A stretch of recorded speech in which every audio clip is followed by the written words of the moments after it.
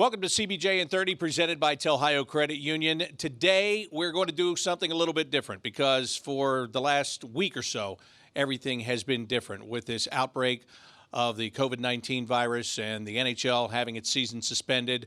We're looking for new ways to get more information to you, to get some information to you. And the way that we're going to do it today is by getting together with one of the Blue Jackets players. And this is something I want to do on a weekly basis. And we'll talk a little bit of hockey because that's what all of us do. But we'd also like to talk about the people. Sometimes during the season, we don't get a chance to really delve into that a lot. Some guys you know better than others. So I'm going to take this opportunity to kind of get more to the inside of the personal life of some of the Blue Jackets players. And today, my guest is Cam Atkinson. And Cam, first of all, thank you for joining me on this. It's great to see you. Last time I saw you, you were in front of the press telling everybody that you were just about to come back from your injury and play against the Pittsburgh Penguins. And lo and behold, not only did that not happen, but nothing has happened since then. So for you, a guy that's waited so long to get back into the lineup, I imagine it's disappointing. But then again, maybe with the injury that you had, maybe it's good to get a little bit more time. No, absolutely. I mean, I was definitely excited to come back. Especially re-injuring the same injury, making it worse. It took a little bit longer this time just because, they said if I came back a little early and re-hurt it, I would have to get surgery. So I wasn't going to take any risks. And finally, I'm excited to come back and this whole situation happens. It's just been crazy times. Definitely crazy. Yeah, you've had to watch a lot of games this year because of that injury. And now to have to sit and do absolutely nothing. How has it changed for you? Are you still able to do any kind of workouts? Are you working out at home because you were going to come back? I know that, like some of the guys that are still injured, they can still work out and go through their therapy. Were you beyond that? Is all of your stuff now at home? I was going to the rink for the first couple of days last week, and then, once I kind of found out how serious the situation is with the coronavirus. I wanted to be home and start my quarantine, especially since my wife, Nat, is due next week. So I wasn't going to take any risks. But yeah, I mean, things that I've been doing at home are, things that everyone can do: push-ups, sit-ups, some dips. I don't have any workout machines here, so it's hard to kind of do anything, any sort of cardio except run in place. But it kind of gets old after a little bit. Is it tougher to stay on any kind of a workout schedule being at home? I know like the kids are at home and doing schoolwork, and some parents are trying to keep them on somewhat of a school schedule, if you will, and trying to keep them in some kind of a routine. How much more difficult is it to do that workout, not being able to go anywhere, and just trying to do the things that you talked about? Yeah, I mean, I'm 24/7 being a dad. Declan is 20 months now, and as soon as he wakes up, he's 24/7 on the go until he goes to bed. So that sounds like cardio right there, Cam. Yeah. No, I might have to put a Fitbit on or something just to see how many calories I'm burning in a day. But it's it's definitely been an adjustment. But I couldn't be happier just being home and being with family and spending some quality time with Declan before the new baby comes next week. Yeah, as you mentioned, with that new baby, I mean, this was a time where I don't even know where the heck we were supposed to be this week, but there were going to be games going on. There was a big trip coming up to Toronto, New York, Tampa, Dallas. That is time that you wouldn't have been there, and now you are there. So, yeah, that's one of the that's not that there are many advantages to this thing. Don't get me wrong, Yeah. but for you, it is a little bit of an advantage for that family time.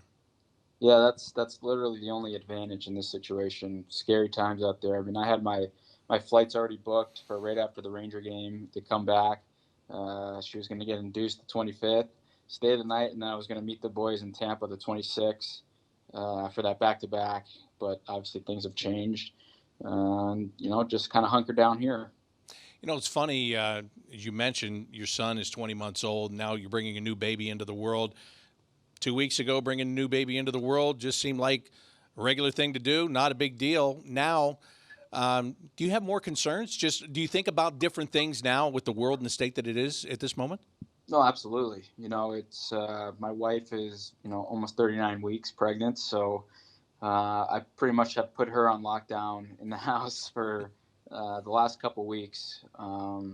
No, and obviously every day you kind of learn something new about what's going on and how it's affected more and more people or certain things to stay away from. And I'm not taking any risks. I'm not taking any chances. So keeping her kind of locked up, and I've done the same. The only time she left the house was 2 days ago to go see the doctor. So it's scary times for sure. I wish obviously a lot more people would kind of understand the severity of the situation and stay home. And it's pretty tough to see all these kids kind of out during spring break and stuff like that and taking the chance. And um, we're doing our part over here, that's for sure. We talk about you and how you're at home with your wife and she's due and all these things, all good things. What about from her perspective? The wives are not used to having us around at this time of the year by any means. I mean, this is we're not supposed to be here. You look at the calendar, we're supposed to be gone, and they're supposed to have a couple more weeks of doing things their way or being in their routine, and all of a sudden, bam, we're all right there. What's it like for her? It's she watches a lot of news. She's tried to kick me out of the house a couple times, but there's obviously nowhere to go. But we're in this together, and she obviously understands the severity. I think she's actually really happy for my situation and being home because her mom and sister were supposed to come last week from Boston, but they ended up flying back to Florida yesterday because her younger sister was at Boston College, and they were kind of on lockdown and had to leave right away. But her mom and sister aren't going to take any chances, so they're going to be in Florida for the next 14 days to self quarantine. So yeah, obviously we would love for their help, but it's all on me right now. So a lot of pressure, but I think I'll rise to the occasion. Yeah, being a pro athlete, if you can't handle that pressure, there's a problem, right?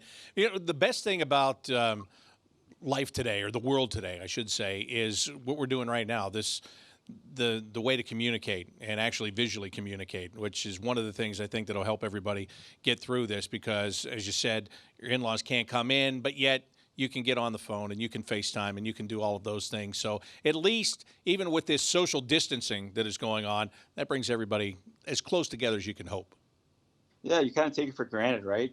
And you think you might spend a lot of time with your family or talk to them, and you don't really realize until you're kind of in the situation and just being around them. Obviously, a lot more 24/7, but being able to FaceTime, thank God for FaceTime. I mean, even before this on the road, that's all we would do to communicate and stuff like that. So it's a great way to keep in touch with the family, see how everyone's doing. Hopefully, everyone's doing the right things as far as self quarantining at their homes. But yeah, FaceTime has been really good. Now, of course, another angle I can talk to you about this from is being a small business owner, because you are. You mentioned the Battery Academy that you're a part of there. Uh, Small businesses are being hit all over the place. Businesses are closing down. Restaurants are closed. The bars are closed. The barbershops have closed down. It seems like you can't go anywhere, and that would include to the rink, I imagine. Is your place closed? Yeah, and everyone's affected, no matter what kind of situation you're in. It's luckily we've been very successful from the first day, where we're kind of able to sit back and take the ice out right now, and we're putting it back in on Friday. But there's so much unknown. We don't know how long this is going to last. So, you want to hope that this is will solve this problem sooner than later. But I don't think it's going to. Unfortunately, I don't think it's going to get solved for a little bit of time. But you got to control what you can control, and right now you just have to do your part and stay home and self quarantine. Now, the hockey seasons are pretty much coming to an end, and I'm talking about the travel seasons and the high school hockey seasons. But for you guys, were you getting near the end of a cycle there, or do you pretty much do you have it going pretty much year round because of the way that you instruct, especially some younger kids? No, we have a year round, and our busiest time is in the summer. That's when a lot of kids are want to stay in shape, and whether they're trying to make a AAA team or make the high school team, or trying to advance in their field. And that's kind of the toughest part. We were pretty much sold out for the next 3 months. All summer we were sold out for months in advance. But things obviously change, and like I said, it is what it is right now. There's a lot worse things happening in the world, and we'll figure out how to manage the situation with the battery. but we can do only what we can do right now. How much have you enjoyed getting involved in that venture, and how much time do you get to spend over there and actually, working and instructing and doing some of the fun aspects of the game? Yeah, you know what? With my business partners, we didn't really understand how successful it was going to be and how popular it was going to be right off the hop. And within the first month, it's been great, and just seeing how these kids come in at all ages, all levels, how they've developed over the course of the last 2 years, and hearing their stories and whatnot. But obviously, giving back to the community is what I'm all about. And we're in the process of, well, we were looking at a second location in Columbus. Um, but it's pretty cool to show up. I would show up kind of randomly during the season. It's hard for me to really do anything just with our busy schedule. Summertime is when I kind of have my hockey camps and have some other players come in and do their camps, Jared Bull and stuff like that. But yeah, it's giving back is my number one thing, and being on the ice and just seeing it on a daily basis, how many kids kind of go in and work on their skills. It's pretty cool. You have been obviously in the NHL for quite some time. You've been playing pro hockey for a long time, but every time you walk into that building, it doesn't matter if it's an 8-year-old or a high school kid or a college kid. I mean, they're looking up to you. I mean, you're an NHL star. There's no question about that. As you've developed as a person, how have you handled that? I mean, I would imagine when you're young, it's pretty cool. Maybe it's something that you're not so used to. But now, after it's gone on for a long time, how much do you enjoy being a role model every time you walk into that building? I love it. I love seeing the kids' faces every time I walk through the door, and even the parents. The parents are all thanking me every time I go through the door, just because they've never had this opportunity. And we try to make it affordable too, so people can come and obviously learn the game or advance their skills in whatever position or whatever they're trying to work on. But I walk in there and I just try to be a normal person and talk to these kids and kind of give them my background and my story of how I came up through my youth leagues and obviously through high school and college and eventually to the pros, and how everyone kind of wrote me off at such an early age, and just my hunger to kind of prove people wrong and to stick with it. And I just keep telling them, if I can make it to this level, you guys can. So that's the coolest part for sure. How many hurdles did you have to face when you were growing up? Not just because of your size, but whatever it may have been coming up through those youth leagues. At what point did you finally reach an elite level where all that mattered was how well you skated, how much you scored, and how well you played the game? You still kind of deal with it, even in the pros, no matter how good of a year you had last year. But it's been going on, for a long time, and I would say probably by high school is when I realized that I could have hopefully a career, and my goal obviously was to make it to college, right? Get picked up by eventually Boston College, and luckily kind of all the stars aligned. And every year, whether it was high school, you're always trying to improve from the year before. And then, once you kind of advance to college, next level, it's proving people wrong too, and proving people that you can play at this level. Obviously my freshman year, you're happy that you're there, you do well, but then sophomore year is when you really, you get your feet wet and you need to make an impact. And luckily I was playing with some good players to do that. And but yeah, it happens all the time, Bobby. I think you can read any story you want, and that's what fuels my fire. So it's obviously this year was kind of it's been a whirlwind, and just with injuries and stuff like that. But as soon as you kind of take your foot off the gas pedal and think that you can't get better, that's when the next guy up is going to take your spot. So got to stay hungry, stay motivated. Speaking of college hockey, those seasons just ended. They were just over, and they're not going to play anymore. College basketball, same thing. Being a former college athlete, how much do you feel for those players? Like, look, you're on a contract. If this season would not be finished, or if you had an injury that didn't allow you to finish the season, you're going to come back next year. Some of those kids, that's their last chance. They're never going to come back. You've been in that atmosphere. You've played with those kind of players. How much do you feel for them? Yeah, it's tough. It's tough, in every sport in college.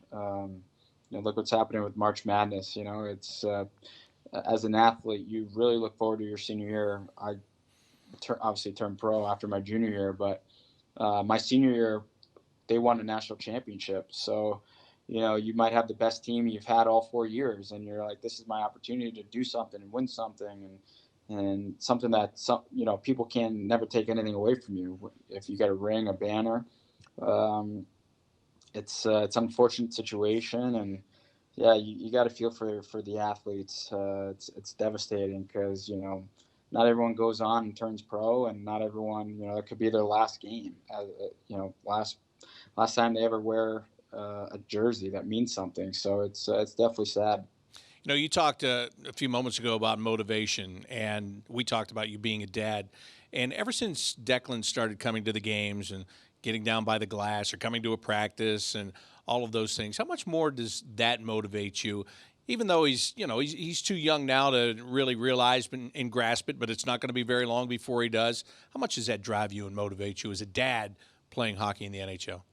Yeah, it's he's only been able to come to warm-ups, but he recognizes me through my helmet now, and every time he sees the logo, he's like, "Dad, dad, dad, dad." So it's if it doesn't kind of get you excited and motivate you to kind of be the role model that you've always wanted to be. I don't know why you're playing the game, but I just want to make him proud. Obviously, when he grows up and really understands the sacrifices that my parents had to make, and then I had to make to get to where I'm at now. It wasn't an easy road, and but like I told all these kids at the Battery, I'm going to tell him, if I can do it, you can do it. It's just hard work and putting your mind to something, and telling people or making sure that people don't kind of steer your direction and what you want to achieve. And so yeah, it's been really cool to see him and just get excited and every time he picks up a stick in the basement. And I'm sure you saw my video on Instagram last week when my wife took Declan to the zoo. Everything is hockey, hockey, hockey, hockey. So it doesn't matter if it's a golf club, a stick, he picks it up, and he's got pretty good form right now. I'm not going to lie. So I was going to ask you what you think about the shot. I was going to have you break down his shot. I think his one-timer could be better than mine right now. So that's what I'm kind of helping him with right now, just kind of feeding him balls and seeing if he could one-time it and kind of juggling up in the air. He's not at that level yet, but you got to teach him young. I did see that post on Instagram, and we were talking about FaceTime earlier, but social media is such a huge part of life now, but it's a huge part of sports. And for athletes, it's about branding, and it's about getting your story out there a little bit more. As I said at the beginning of this, I want to get more into the personal side of players. You guys are able to do that more and more every day just through your social media. How much do you enjoy opening up part of your life to your fans? Yeah, I think that's what it's all about. Branding is definitely huge, especially when you're an athlete. People actually nowadays, they want to see more of Declan than me, but a lot of people think that we're just athletes. So it's kind of cool to open up my doors and show them that, what I do kind of behind closed doors or outside of the hockey world, even though it might still involve hockey at some point. But yeah, it's unique for the fans and unique for the athlete. One other thing I noticed on Instagram is a post you had the other day about donating a signed jersey. Tell me a little bit about that. And this is to help fight the coronavirus and help to raise money and awareness. Tell me about that. Yeah, my financial advisor, OFS, Chris Lake, him and his boss had the idea of kind of coming together, and they represent so many athletes, not just in hockey, but all over the world in different sports. And I guess, it's tough times right now. People don't realize the sacrifices that all these doctors and nurses and first responders are they're putting their lives in jeopardy every single day to help fight, this horrible, sickness that's going on. And so anyway, we could give back. That's what it's all about. And, donating a jersey, you can see how far it goes. It's 100% of the proceeds go to fighting the COVID, and trying to figure out a way to end this, to come up with a cure and whatnot. But 100% of everything that's sold or bid on goes to that foundation, which is pretty unique, and they deserve it all. Before I let you go, how did you spend all of this time without Declan being in the picture at all? This is I planned it perfectly because 2 o'clock is his nap time. So they're my Nat and him are downstairs taking a resting up, and I'm sure as soon as I get off the phone, Declan will be buzzing. Trust me, you would have heard him if he was up. Well, I thought he might make a cameo. I wasn't sure. So. I could go sneak down there and show them that they're sleeping, but no, it's no, don't do that time. Because in the unlikely event he would wake up immediately, then that will dictate the rest of your day. Yeah, that's what I was trying to say. It will be my fault, and I don't want that responsibility. Yeah. Cam, thanks so much for doing this. I really do appreciate it. Glad that you and your family are safe. Best of luck having that new baby when you go to the hospital next week. Hopefully everything is going to be great for you guys, and more hopefully we're all going to be back together pretty soon. Appreciate it. Yeah. Thanks, Bobby. That's Blue Jackets forward Cam Atkinson, and this has been CBJ in 30, presented by Telhio Credit Union.